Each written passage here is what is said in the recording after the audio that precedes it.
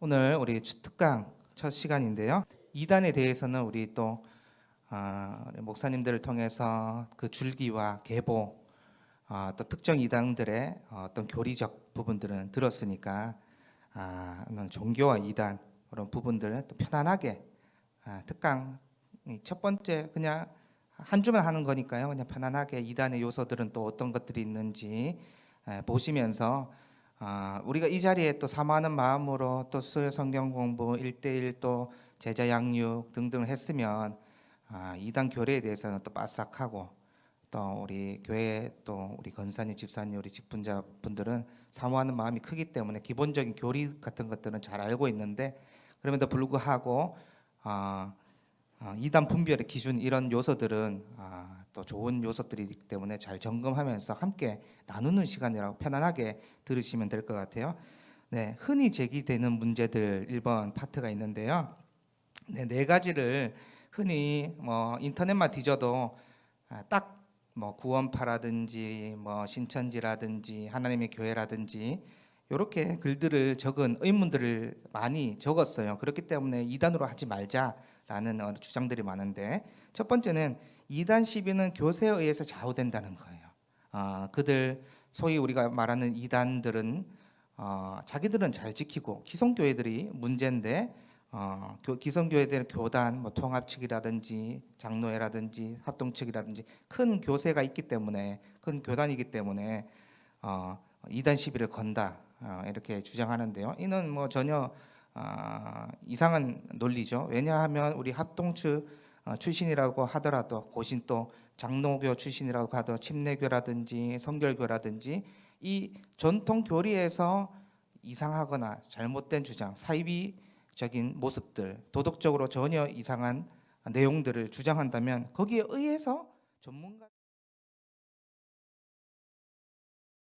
담당하시는 분들이 있지 않습니까? 총회에서도 담당자들이 다 있고 이런 분들이 전문가적 요소로 정통 교리에서 어긋나면 그렇게 주장하는 것이지 어떤 내가 교사가 크기 때문에 이단으로 정죄한다. 이거는 맞지 않습니다. 그런 얘기고요.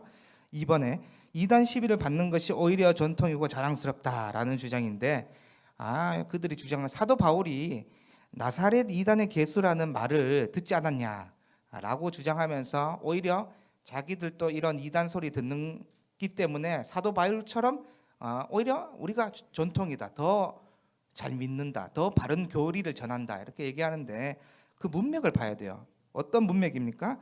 그 나사렛 이단의 개수라는 말을 들었던 문맥이 뭐예요? 대제사장 아나니아가 벨릭스 총독에게 바울을 고발하면서 나사렛 이단의 개수다라는 표현을 했거든요. 그러니까 지금 미운 거예요. 바울이 미운 상태에서 소위 말해서 쉽게 말하면 저 사람이 바울이 굉장히 밉고 싫은 상태에서 그런 이단이란 말을 들었기 때문에 전혀 그 이단들이 말하는 주장과는 맞지 않는 요소지요. 그런데 자기들도 그 말, 문맥 그 단어 하나만 따와서 자기들 들었기 때문에 자기들은 오히려 사도 바울처럼 열심히 정통 교리를 전하는 자들이다 이렇게 주장하는데 일치하지 않는 주장이죠. 세 번째, 이단 시비는 시대에 따라 다르고 각자 소속된 종교 단체의 관점에 따라서 다르다라는 주장인데요.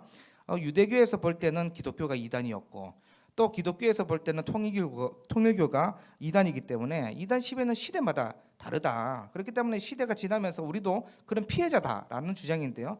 맞지 않습니다. 그렇게 억지 주장을 하는데요. 이런 주장 맞지 않다. 세 번째도 맞지 않고 또 네 번째 뭡니까? 이단이라는 말 대신에 소종파 운동이라고 해야 한다. 실제로 인터넷에 이런 글을 적었더라고요. 저도 한번 이 저자 책을 읽어보면서 정말 그런가 싶어서 들어가니까 어떤 단체 이단인지 모르겠지만 이단이라는 표현은 잘못됐다 그러면서 이런 운동이라고 적어야 된다고 하더라고요. 아닙니다. 이거는 무슨 말이냐면 정치 결탁이나 종교 권력을 장악한 사람들이 권력을 갖지 못한 어떤 소수 집단에게 내린 판정이기 때문에 이단이라고 표현하지 말고 소중파 운동이라고 둘러서 이단이라고 하면 좀 어떻습니까? 배제되는 느낌이 들지 않죠? 그래서 어떤 운동, 소중파 운동이라고 표현하자.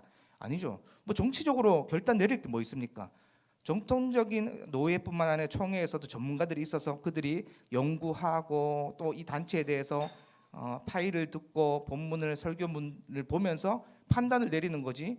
그러면 그 판정을 내리는 그 전문가들도 정치 권력과 부합이 됐다는 거잖아요. 절대 아닙니다. 그런 것은 다 거짓이기 때문에 요 네 가지를 주로 이단들이 주장하기 때문에 그런 것들은 아니다. 그럼 이단은 어떻게 분별할 수 있을까요? 제가 한번 읽어볼게요. 이 이단을 어떻게 분별할까?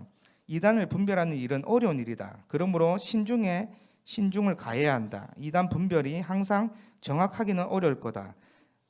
의사도 오진을 할 수 있고 법관도 잘못 판결할 때가 있다. 사람이기 때문이다. 그러나 오진을 두려워해서 진찰을 안 하겠다는 의사나 병원에 안 가겠다는 사람은 더 위험하다.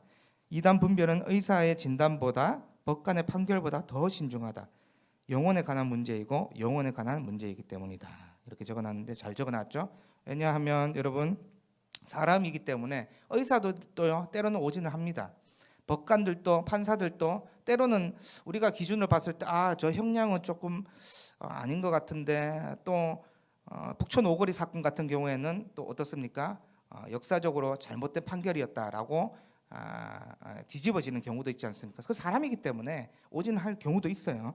그런데 그 오진을 두려워해 가지고요, 여러분 진찰을 받지 않겠다라거나 병원에 가지 않겠다라는 건요 더 위험하죠.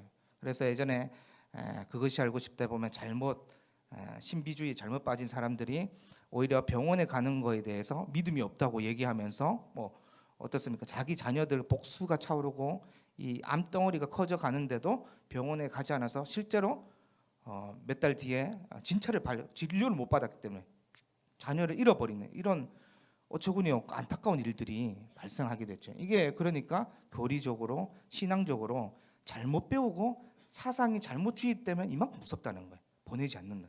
오히려 병원을 가서 하나님이 주관하시는 그 의사에 의해서 진찰을 받고 수술도 받아야 되는데 약도 복용해야 되는데 오히려 그렇게 하는 것이 믿음 없다라고 얘기하면서 더 위험한 사상으로 빠질 수 있겠죠. 그래서 그런데 오히려 이단 분별이기 때문에 어떻습니까? 의사의 진단과 법관의 판결보다 더욱더 신중해야 되는 문제지요. 그런데 의사들도요 역사들이 다 있어요. 의학도 역사들이에요. 뭐를 중요시합니까? 의학적인 매뉴얼이 다 있습니다. 거기에 따라서 진찰하고 그 내용에 따라서 진찰하지 않습니까? 법관도 마찬가지입니다. 역사적으로 축적된 법률이 다 있어요. 법률에 따라서 판결을 내리죠. 이단을 기준 내릴 때도 마찬가지입니다. 종교 이단을 분별하는 것도 마찬가지.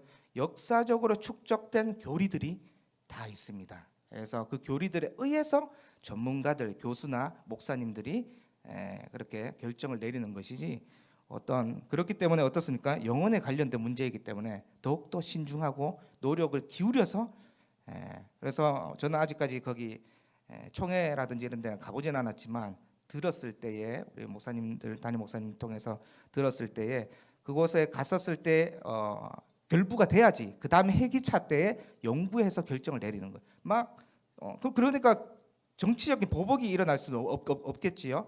만약에 111기다. 111기 때 이 의사가 들어오면 이 교회에 대해서 이제 조사가 들어가는 거예요. 112에 1년 동안 조사를 하고 공부를 하고 연구를 한 다음에 결정을 내리기 때문에 올바른 결정이다. 굉장히 신중하게 판단을 내린다는 것을 제가 들었거든요. 그렇기 때문에 영혼의 문제고 영원의 문제이기 때문에 더욱더 신중하다. 그 매뉴얼에 따라서 역사적인 교리로 축적된 것을 따라서 행동한다. 그래서 제가 알기로는 다음 주부터 웨스트 소요리 문답이라든지 또 교리 공부들이 우리가 많이 들었고 또 앞으로 또 기대함을 가지고 듣겠지만은 그런 것들을 배우는 것들이 굉장히 중요하다. 라고 할 수 있습니다. 그런 것들에 축적된 것의 자료에 의해서 어떻습니까? 이단을 결정하기 때문에 그렇지요. 그래서 우리가 지식적으로도 잘 알아야 된다. 그리고 우리가 지난주에도 우리가 말씀 속에서 배웠지 믿음의 3요소에 대해서 배웠지만 지식적으로 잘 축적될 뿐만 아니라 어떻게 될까? 인정을 하고 그다음에 어떻게 될까? 인정된 내용을 순종까지 나아갔을 때 우리 믿음이 생겼다라고 할 수 있겠지요. 그래서 여러분들이 그래서 일단은 지식적으로 잘 배우는 것, 축적된 우리 교리 문답 같은 것들을 잘 배우는 게 굉장히 중요하겠죠. 자, 우리 13가지 이단 분별의 기준들이 있는데 하나하나 좀 살펴보도록 하겠습니다. 첫 번째는 사도신경의 신앙 고백 여부를 통해서 알 수 있습니다. 이거는 너무나도 분명한데요.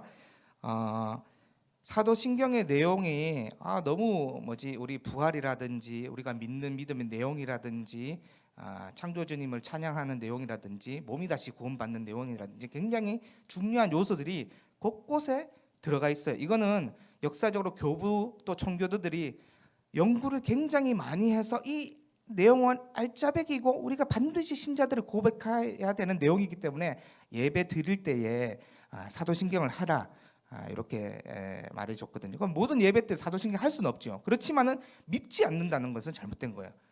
모든 예배 때마다 사도신경 안 하는 때도 있겠지만은 그러나 믿지 않는 것은 잘못된 거예요. 신천지는 특별히 모든 이단들이 잘 믿지 않지만 특별히 우리 신천지는 믿지 않습니다. 신천지는 왜냐하면 재림의 영으로 오신 보혜사가 이만이라는 내용을 가지고 성도들을 꼬시고 유혹했기 때문에 예수님을 믿고 몸의 부활을 믿습니다. 이 내용이 들어갔기 때문에 자기들의 내용과 사상이 주입된 것과 마주치게 되잖아요. 그렇기 때문에 사도신경의 신앙 여부를 보면서 알 수 있습니다. 어떤 교회에 우리가 가봤는데 사도신경이 없다.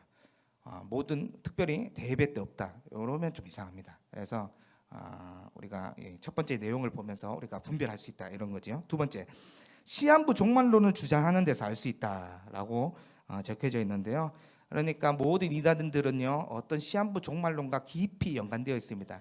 안식교 어떻습니까? 윌리엄 밀러라고 적혀져 있는데 안식교의 내용을 읽으면서 밀러에서 또 그 두 번째 제자, 세 번째 제자, 네 번째 제자, 다섯 번째는 그 안에까지 이제 그 주장을 했는데요. 안식교 같은 경우에는 5번 모두 틀렸습니다. 그러니까 어떤 날에 어떤 특정한 날에 종말이 임한다라는 말은요 맞지 않습니다. 왜냐하면 성경이 뭐라고 얘기하고 있습니까? 주의 날은 생각지 않은 때에 온다 그랬거든요. 심지어 그 오는 날의 특정한 날에 대해서는 그의 하나님의 아들도 모른다라고 이야기할 정도로 이 내용을 근데 정말 예수님은 모를까 이렇게 받아들이지 말고 그만큼 어떻습니까? 피조물들은 그 날을 전혀 모른다는 그 강조성에 있는 거예요. 그러니까 주의 날이 생각지 못하는 때에 임하는데 갑자기 어떤 안식교라든지 다미성교회 우리가 잘 알고 있죠. 이장림 씨가 1992년 10월 28일 자정 시간에 재림한다 이래놓고 어떻습니까? 34억. 그 당시 92년도가 지금 몇 년 지났습니까? 31년 전에 32억이면 지금으로 한 사람은 거의 1000억입니다.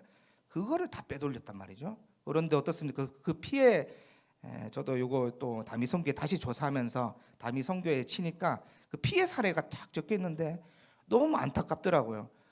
강주 전북에 중학생 여기 교리에 잘못 취해가지고 그 부모님이 못 나가게 하니까 자살하는 일이 벌어지고 또 자신의 재산을 다 바치고 1000만 원 이상 바친 사람이 134명이래요.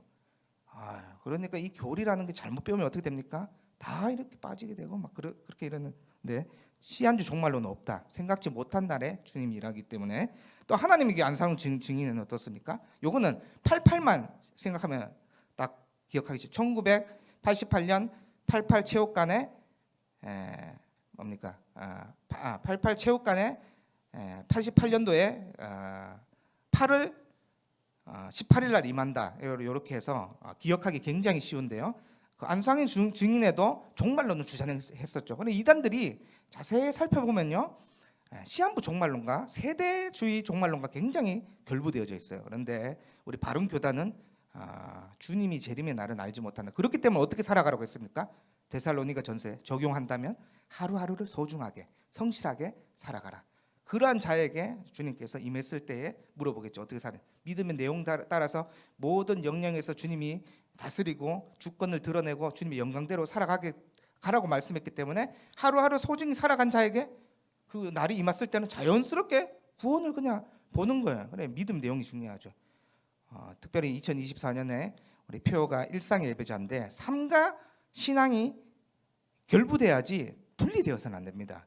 분리된 죄는 어떻게 살아갈까요? 막 흥청망청 막 쾌락 방종 방탕하게 막 살아가다가 주일날에 예배드리고 그건 안 되겠죠. 주의 날이 임했을 때 주님 다 하시니까 책망하겠죠. 오히려 하루하루 정말 우리가 주일날에 와서 예배하는 것처럼 하루하루 성실하게 살아가는 자에게 주님 물어봤을 때 착하고 충성된 자 너는 분리되지 않고 일상의 예배자처럼 살아갔다 이렇게 판단해 주겠죠. 그래서 시한부 종말론으로 알 수 있다. 세 번째, 성경 해석의 오류에서 알 수 있습니다. 이거는 뭐 너무나 잘 알 수 있는 부분이죠. 성경 해석을 이단들은 좀 어떻게 합니까? 좀 이상하게 막 박태선부터 시작해서 자기가 두 갈람나무 용모였다, 뭐 보혜사다, 뭐 이런 주장을 하는데, 보혜사는요 클레파스토스라는 원어를 사용하면서 삼위 위격이신 성령 하나님께 쓸 수 있는 단어거든요. 그런데 교주 사람에게 사용했단 말이죠. 그러니까 이 사람이 이 교주들이 끼어 맞추고 얄팍한 지식으로 그 한자로 풀어서 그렇게 사용했는데 아닙니다. 삼위격인 성령 하나님께 쓸 수 있는 단어이기 때문에, 클레파스토스가 사용될 수 있는 단어이기 때문에 그들이 얼마나 원어 공부를 안 하는지 또 교리적인 공부를 안 하는지 알 수 있죠. 단순히 끼어 맞추는 문자적인 비유 해석으로 다 빠지거든요. 그렇기 때문에 그것이 성경 해석의 오류에서 알 수 있고, 네 번째, 구원의 보편성을 거부하는 데서 알 수 있습니다. 이 말은 무슨 말이냐면 십자가는요, 예수 그리스도는요 믿음으로 고백하고 사도신경의 그 내용을 믿으면서 주님을 고백하는 자에게 모두에게 구원이 임합니다.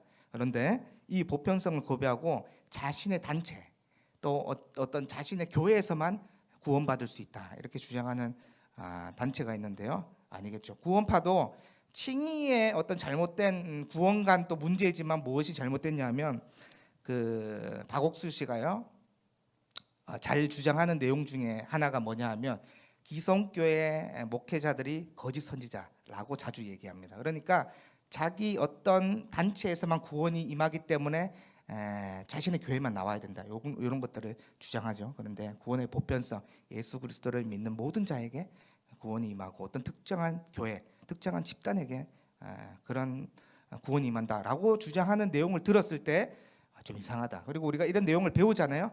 특별히 우리가 알게 된 내용들을 어떻게 초신자라든지 여러 사람들을 관계 만나면서 우리가 알게 된 내용을 잘 전달하면 되겠죠. 이런 내용으로 문의하는 사람들이 있으면 순원분들 중에 또 우리 아는 성도분들 중에 이런 요즘에 유튜브를 보라고 하는데 또 이런 내용을 주장하는데 우리가 지금 이런 내용들을 잘 알고 있으면 13가지 내용에 맞지 않으면 우리가 가르쳐 줄 수 있겠죠. 다섯 번째, 성경 특히 계시록을 완전히 해석했다고 주장한다. 완전한 것은 없습니다, 여러분. 날마다 배워가는 것이지요. 그런데 우리는 교리적인 것을 잘 축적된 것을 바탕으로 우리가 내용을 주장하는 것이지, 완전하게 계시록을 내가 풀었다, 어떤 단체입니까? 신천지 등등 풀었다라고 얘기하면서 이긴 자다, 그 사람들만 믿어야 된다라고 해서, 특별히 저는요 이 코로나 사태가 그 신천지 이제 대구 지역에서부터 이제 출발해서 쫙 확산되었잖아요. 물론 이 질병이 큰 바람을 일으킨 건 맞지만은 저는 또 하나님께서 이 이단들을 또 이렇게 좀 건드릴 때가 됐다, 이렇게 좀 해서, 그래서 이 사태로 인해서 지금 내부에서 막 다툼이 일어나고, 서열 다툼이 일어나고, 또 이만희 씨도 막 스포트라이트를 받으면서 이 단체가 완전히 부각되면서 한 추정하기로는 2-30만 정도가 이제 떠났고 예전 같지 않다라고 이제 전문가들이 추정하게 되었는데요. 그러니까 그 막 145만 명 막 교세를 완전 자랑하지 않았습니까? 그러니까 이 질병으로 시작했지만 하나님께서 또 이 단체를 이제 조금 감사하는 한편으로 좀 감사하면서 건드리면서 완전히 좀 와해시키고, 또 그 다툼으로 해서 새 천지가 또 생겼어요. 근데 이단들의 특징은 무엇입니까? 서열 다툼을 통해서 또 다른 나와서 또 다른 단체를 만들고 지금 한 2,000명, 3,000명 정도 교사가 된다고 하는데, 이단들의 특징이겠죠. 다 자꾸 만들어내고. 자 6번, 14만 4천 명에 들어가려면 자기네 집단에 들어가야만 한다고 주장한다라고 이야기하고 있죠. 이거는 지난번 강의 때 우리가 기억하면 잘 알다시피 숫자의 상징성이 다 있어요, 여러분. 숫자의 상징성이 다 있는데 먼저 이 14만 4천 명의 내용이 상징수입니다. 상징수. 우리가 전에 배워서 알겠지만 상징수거든요. 문자적으로 해석하면 맞지 않습니다. 그런데 그들은 신천지는 문자적으로 풀기 때문에 문제가 일으키는데, 배열의 문제가 있어요. 왜 14만 4천이 상징적인지 이 저자가 조금 주장하는 내용은 이런데요. 보니까 창세기에는 루벤 지파가 먼저 언급되었는데 계시록에서는 유다 지파가 먼저 나와요. 이 배열의 문제가 맞지 않기 때문에 이건 상징적으로 봐야 된다라는 주장이거든요. 그렇죠? 창세기 보시면 루벤 지파가 먼저 나오는데 계시록에는 유다 지파가 먼저 나오죠. 또 창세기에는 단지파가 나오는데 단지파가 계시록에서는 요셉의 아들 므낫세로 기록되었어요. 그렇기 때문에 이 배열의 문제가 있기 때문에 이것은 상징적으로 바라봐야 된다라고 주장하고 있어요. 그리고 우리가 또 숫자가 맞지 않는 것을 볼 수 있어요. 민수기에 보면 여러분 이스라엘 20명이 넘는 백성들을 조사했잖아요. 그때 몇 명이 나왔습니까? 20세 이상의 남자가 이미 60만이 넘은 것을 볼 수가 있어요. 그 숫자적으로 맞지 않잖아요. 지금 이미 민수기 때 계수된 자의 총액이 60만 3,550명이었어요. 남자들 넘는 인원이. 그런데 계시록의 12지파의 숫자가 60만 이상이 아니라 14만 3정으로 한정된 것은 문자적인 숫자가 아니라 상징적인 숫자다, 이렇게 보면 될 것 같아요. 숫자적인 또 상징성들이 다 있지요. 3은요 신의 숫자를 의미하고, 4는요 땅의 숫자를 의미하고, 7은 우리가 잘 알다시피 완전수입니다. 1000은요 무수히 많은 숫자를 대표하는 숫자예요. 그래서 14만 4천이 어떻게 나왔습니까? 12지파, 구약의 12지파, 또 신약의 12지파 곱하기 1000을 하면 14만 4천이 나오는데요. 이게 어떤 상징이냐 하면 하나님 나라의 온전한 백성을 상징하는 거예요. 그러니까 하나님의 구원에는 거짓이 없다는 거죠. 반드시 택함 받은 백성은 이 온전한 상징처럼 반드시 구원을 받는다. 이 의미로서 그 계시록 7장을 봐야 되는데, 문자적으로 또 비유로 바로 봐서 이건 14만 4천이다. 그런데 아까 전에 얘기했듯이 너무 웃기지 않습니까? 그들이 이만희를 믿는다고 하는 사람이 145만 명이라고 그들이 막 자랑하는데 14만 4천만 구원받는다고 하면, 그러면 그들이 정말 정통 교리라면 143만 7천 몇몇 명은 어떻게 됩니까? 너무 딱 들어도 이상하지 않습니까? 그렇기 때문에 완전 엉터리다. 14만 4천은 상징수다, 온전한 구원이 임했다, 이렇게 보면 좋을 것 같아요. 자, 우리 뒷장으로 넘겨서 7번, 교주나 지도자를 신격화하거나 우상시하는 데서 알 수 있다라고 적혀져 있는데요. 네, 잘 알다시피 이미 이긴 자라는 용어는요 박태선 씨부터 사용했던 용어예요. 그러니까 어렸을 때 이만희라든지 누굽니까 또 문선명이라든지 그분들이 어렸을 때 갓난 아기일 때 한참 박태선 20대 30대 막 이상한 교리할 때 그 자리에 참석해서 배운 것을 축적해서 나와서 또 다른 용어를 또 사용하죠. 이긴 자 똑같이 사용하지 않습니까? 또 그 시청각 그 PPT 그때 봐서 알겠지만 모든 교주들이 뭐를 타고 있어요? 흰 복장에 말을 타고 있어요. 다 보고 배운 것들. 그러니까 여러분들이 그런 내용들은 맞지 않다. 동방의 의인이라고 하고 용모라고 주장하고. 그래 박대선 씨가 주장한 내용 중에 너무 어이없는 것은 뭐냐면 본인이 용모기 때문에 1조 5천억 세를 살고 지금 있대요. 내년이면 1조 5천억 세가 한 살이 더 붙는다고 이렇게 얘기하는데, 그것들을 이미 이제 사상이 주입돼서 그 내용들을 믿는 거예요. 지금 우리가 들었을 때는 어떻게 거기 빠지지 이렇게 얘기했는데, 여러분들이 지금 우리가 알기 때문에 이렇게 하지만 진용식 목사님이라고 교수님이라고 이단 전문가가 있습니다. 굉장히 많은 이단에 빠진 사람들을 교화 공부를 시켜가지고 많이 이렇게 빠진 사람들을 돕는 유명한 목사님인데, 여기 이제 글을 보니까 그 목사님도 많은 사람들의 교화 공부를 시켜가지고 빼냈지만은 자신의 딸이 그 다미 선교에 빠져 있는 저기 선생님으로부터 그 교리 공부를 몰래 배우게 돼가지고 나중에 알았다는 거예요. 그러니까 여러분들 본인이 이단 전문가임에도 불구하고 자녀는 그 공부를 배우고 있었지만은 나중에 알아서 이 사람 굉장히 이 목사님도 충격에 빠졌다는 거예요. 그래서 가까이에 잘 들여다봐야 되겠죠. 그래서 그런 내용들이 있으니까 그 보혜사라고 주장 누가 합니까? 이만희 씨 보혜사라고 주장하죠. 그런데 한자로 푸는 거예요. 보호하고 은혜를 베푸는 스승이라는 뜻이지만 원어를 분석하면 어떻습니까? 파라클레토스거든요. 삼위격인 성령 하나님께만 쓸 수 있는 단어이기 때문에 완전히 잘못되었죠. 그러니까 자신이 보혜사다라는 것도 잘못되고, 또 다른 보혜사 12장에는 보혜사가 나오고 14장 44절에는 또 다른 보혜사라고 나오는데요. 또 다른 보혜사는요.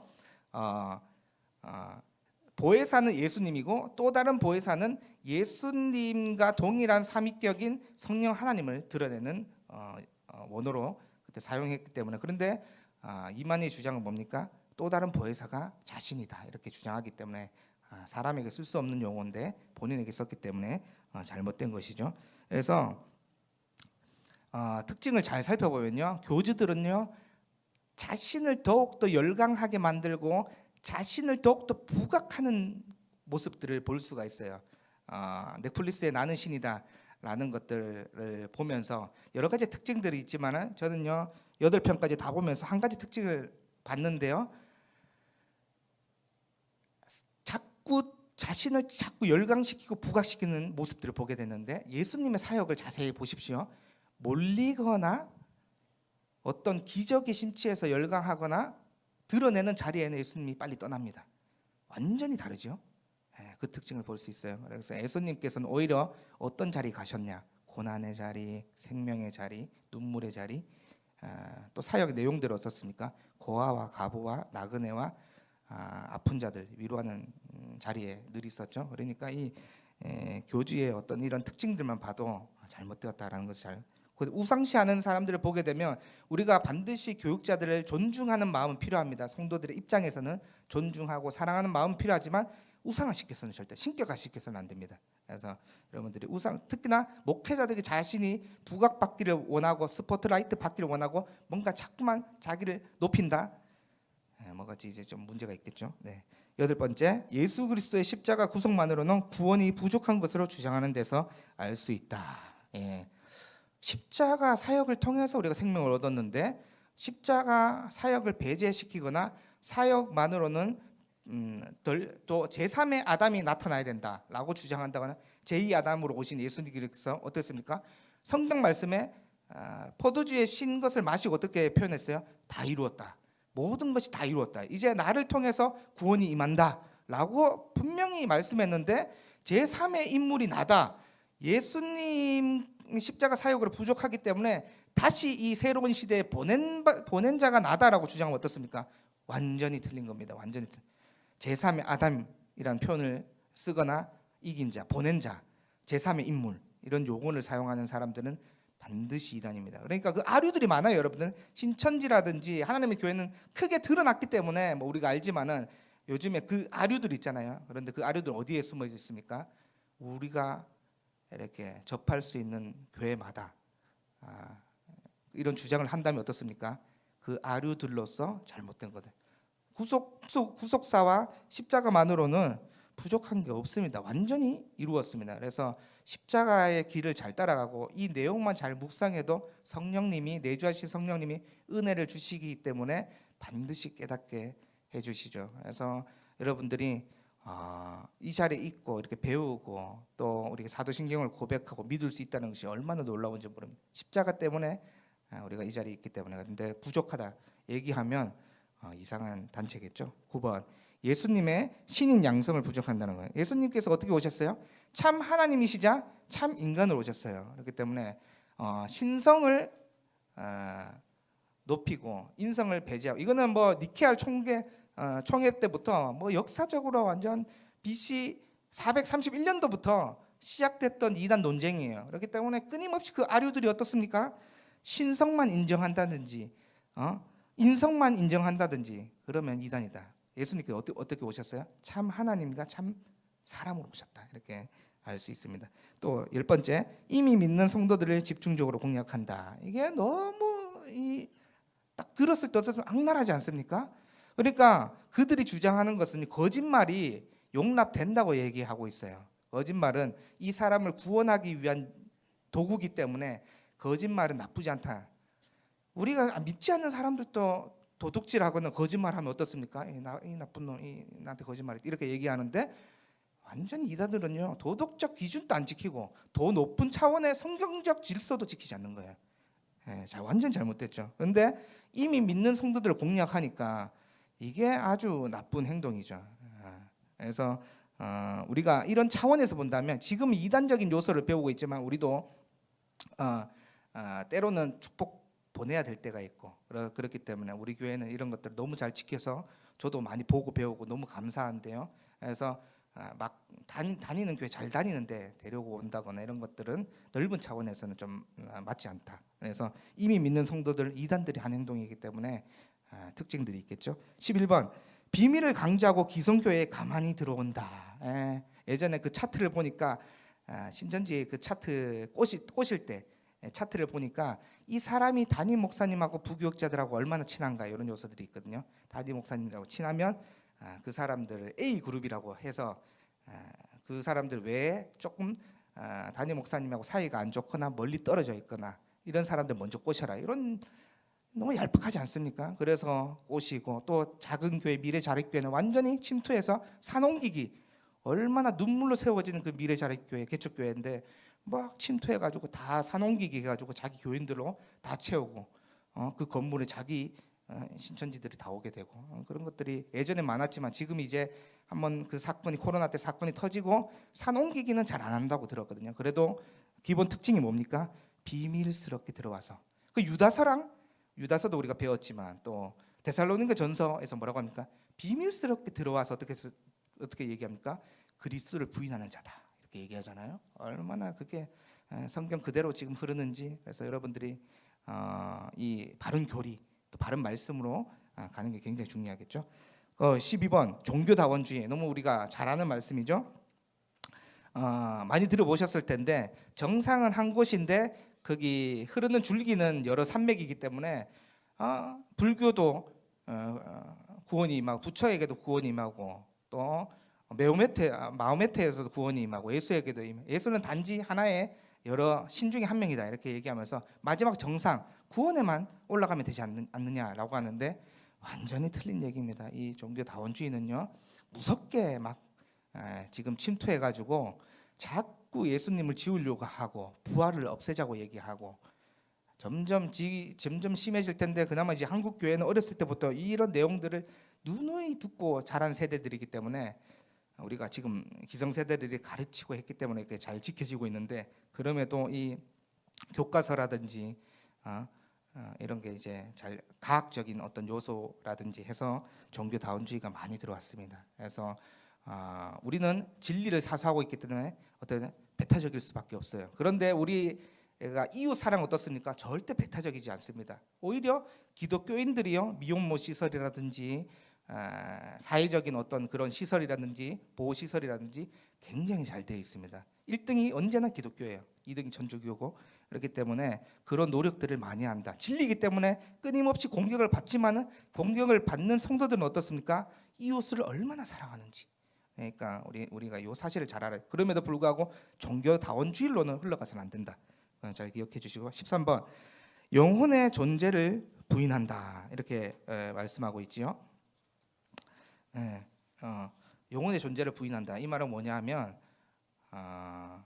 그러니까 우리가 몸으로서 죽어서 어떻게 됩니까? 몸으로서 부활하잖아요. 또 우리 기독교는 영과 육이 지금 살아 있을 때는 같이 있지만 죽었을 때는 어떻게 됩니까? 육이 흙으로 만들어졌기 때문에 흙으로 돌아가고 또 믿는 자는 영이 구원받아서 몸의 부활을 다시 믿는 종교인데 영혼의 이단들은요 존재를 완전히 부인합니다. 그렇기 때문에 몸의 부활을 믿지 않고 신천지는 특별히 신인 합일을 주장하고 있지요. 그래서 이만희를 믿는 자 한 몸이 되어서 이렇게 구원을 받는다 주장하는데 완전 엉터리죠. 일단은 교주 사람이 들어가면요 다 잘못된 겁니다. 이렇게 알면 될 거고. 그러면 바른 성경론을 짧게 한번 보겠습니다. 1번 성령은 삼일째 하나님의 삼위인 분이시다 이렇게 말씀하고 있거든요. 성령이 삼일째 하나님의 삼위인 분이시다. 1-1 천지를 창조하실 때 함께 하셨다. 우리가 창세기 1장 1절에서 2절을 보면 우리가 잘 알 수 있겠죠. 천지를 함께 창조하셨고 2절에는 뭐라고 이야기합니까? 수면 중에 영이 운행하고 있었다라는 말씀이 있잖아요. 그러니까 삼위가 창세 전에 이미 성령 하나님께서 같이 함께 하셨다. 두 번째 사람을 지으실 때도 함께 하셨죠. 우리가 우리의 형상대로 삼위의 형상대로 사람을 만들었기 때문에 사람을 지으실 때도 함께 하셨고 세 번째 세례를 베풀 때도 함께 하셨다. 특별히 우리 예수님께서 하늘 문을 열고 세례를 받으실 때에 하늘에서는 하나님의 음성이 들렸고 성령님께서는 빛으로 비춰주시고 예수님께서는 그 자리에 계셨고 삼위가 찬양하는 그 모습들인데요. 그러니까 성령님은 삼위일체 하나님의 세위의 분이시다. 성령을 너무 강조하는 어떤 움직임들, 신비주의들을 좀 조심해야 되겠죠. 삼위는 항상 함께 하시고 특정하게 부각되는 건 없는데 요즘은 또 신비주의가 얼마나 또 논란을 낳습니까? 그래서 질서롭지 못합니다. 신비주의의 특징이 질서롭지 못하고 막 예배가 막 무질서하고 이런 것들이 이제 드러나게 되는데 그런 것이 아니다. 바른 성령이 굉장히 중요하겠죠. 2번 인격적인 분이신 거예요. 지성을 갖고 계셔요. 고린도전서 보면 모든 것을 통달한다고 말씀하셨기 때문에 지성을 갖고 계시고 또 감성을 갖고 계십니다. 감성을 또 갖고 계시고 또 의지를 갖고 계시죠. 어디 가려고 했을 때 바울 보고 그 길로 가지 말라라고 성령님께서 막으셨던 모습을 보면서 그러니까 성령님 어떻습니까? 인격적인데 성령을 취했다라고 하는 사람들의 모습을 보면 비인격적인 모습을 자꾸 다뤄요. 어떤 막 되게 막 그러니까 그런 모습들을 보이는데 바른 성령님을 알면 알수록 어떻습니까? 굉장히 인격적인 분이십니다. 성령은 우리 인간을 인격적으로 만드셨고 다루어 가시는 분이 하나님이시기 때문에 성령 하나님은 굉장히 인격적인 분이신다라는 것을 알 수 있습니다. 자, 세 번째 성령의 명칭들이 나와 있는데요. 이 명칭들을 보시고요. 11번, 12번만 설명하고 오늘 마칠 텐데요. 여기 잘 적혀 있죠. 한자 보혜사를 직역하면 보호하고 은혜를 베푸는 스승이라는 뜻인데 이 단어는 헬라어 파타크레토스 곁에서 위로하시는 분으로 번역된 단어이다. 그러나 이상에서 살펴본 것처럼 성령님은 삼위일체 하나님의 새 삼위분으로서 어떤 경우에도 사람에게 이 보혜사를 쓸 수 없음을 명심해야 된다. 그래서 이 보혜사를 쓰는 아류들 이단들이 많잖아요. 절대 사람에게 쓸 수 없는 단어를 사용하고 있기 때문에 어떻게 보면 굉장히 무지한 사람들이죠. 그런데 그 무지한 사람들에게 그 비유풀이에 빠져가지고 그렇게 지금 또 타격을 입었지만 한 40만 명 빠졌다고 해도 100만이 남아 있잖아요. 그래 거기에서 나온 우리 목사님들이 지금 엄청나게 연구하고 이 페이스북에 그 아직도 새롭게 변형된 설문조사라든지 이런 것들 계속 올리면서 조심하라고 교회에게 홍보해주고 얼마나 감사한 일입니까? 그래서 여러분들이 오늘 좀 편한 마음으로 종교와 이단에 대해서 들었지만은 요 13가지 분별의 특징들을 알고 있음에도 불구하고 우리가 잘 기억해야 되고 또 특별히 바른 성령론을 통해서 성령님이 굉장히 인격적으로 우리로 다루고 가시고 물론 성경의 기적적인 요소, 신비주의 요소가 우리가 기도할 때라든지 어떤 그 역사들이 실제로 일어나기도 합니다. 축기 사역도 지금 또 전국적으로 하시는 분들이 전문 사역을 하시는 분들이 있거든요. 성령의 역사임에는 분명하지만은 여러분들이 잘 분별할 필요가 있다. 너무 예배 시간에 저도 아직까지 중2 때 그 사건을 아직까지 잊지 못하는데 여기 이제 현수막 달고 그때는 우리 부모님 따라서 이제 이곳저곳을 이제 따라 부모님이 교육자이기 때문에 따라다녔는데 한 교회는 1년 있었는데 잊지 못해요. 중2 때 무슨 신비 천국 체험이라고 이제 현수막을 걸고 한 사람씩 나와서 안수기도를 받던 때였는데 그날은 이제 또 이제 부모님이 교육자고 또 그분 또 이 분에 대해서 이 초청 강사에 대해서 명확하게 이렇게 조사를 못했나 봐요. 그래서 이제 안수 시간에 예배 시간에도 굉장히 난잡했습니다. 갑자기 막 찬양을 하는데 막 돌아다니고 어떤 사람 뭐 이렇게 돌아다니다가 이 컵도 다 깨고 막 중인데도 제가 중2 때 중1인가 중인데도 굉장히 너무 이 하나님 예배를 받으실까라고 막 충격받았을 정도로 굉장히 난잡했어요. 그런데 이제 안수식 할 때가 이제 가간이었습니다. 이제 한 사람씩 하는데 막 강압적으로 막 던지는 것 같기도 하고 막 있잖아요. 가운을 벗었는데 막 쓰러지기도 하고 막 그래가지고 이게 정말 하나님이 이 예배를 받으실까 그랬는데 저에게 개인적으로 충격적이었던 것은 자꾸 저는 정말 열심히 주님께서 오늘 임재해 주십시오 기도하는데 그 목사님이 너무 이렇게 막 이렇게 계속 때리더라고요. 막 자꾸 넘어지라고. 그래서 제 개인적인 경험에서는 이게 어떻게 해야 될까? 이런 것들을 정말 하나님께서 기뻐하실까? 이것 때문에 개인적으로 상처이면서 지금까지도 잊혀지지 않는 사건이거든요. 그렇기 때문에 바른 성령론이 지금 제가 공부해서 알게 되니까 그때 하나님께서 기뻐 받으시지 않았을 거다. 분명히 기뻐 받으시지 않을 거다. 그리고 어떤 사람들은 연기도 했을 거다. 이렇게 추측이 되는 거죠. 그래서 여러분들이 이런 특징들을 잘 기억하면서 이 자리에 있다는 것에 대해서 우리가 좀 감사할 수 있었으면 좋겠어요. 알면 알수록 주님 너무 인격적이시거든요. 정말 사랑으로 우리를 지금까지 인도하신 분이잖아요. 특별히 이제 2023년 한 3일 정도, 3, 4일 남았는데 올 한 해도 돌아보니까 그 인격적인 주님께서 우리가 바른 지식으로 배우게 하시고 또 좋은 목사님들 만나서 바른 또 설교를 듣고 또 함께 이렇게 예배자로서 서게 해주신 그 하나님께 감사하면서 또 앞으로도 교리 또 우리 목사님도 말씀하셨지만 우리 최근에 우리 목사님들이 설교했던 내용들이 다 말씀 앞에서 경외함으로 서자 이런 내용들이었잖아요. 말씀 떠나면 위험합니다, 여러분. 교리 또 공부도 중요하지만 말씀 첫째는 성경입니다. 성경으로 돌아가자 아데폰테스. 그래서 여러분들이 우리가 이 자리 우리 함께 기도할 때 너무 주님 감사합니다. 인격적으로 이 자리까지 인도해 주셔서 감사하고 앞으로도 말씀 앞에서 경외함으로 우리가 잘 설 수 있도록 주님 도와달라고 우리 함께 기도하고 제가 기도하고 마치도록 하겠습니다.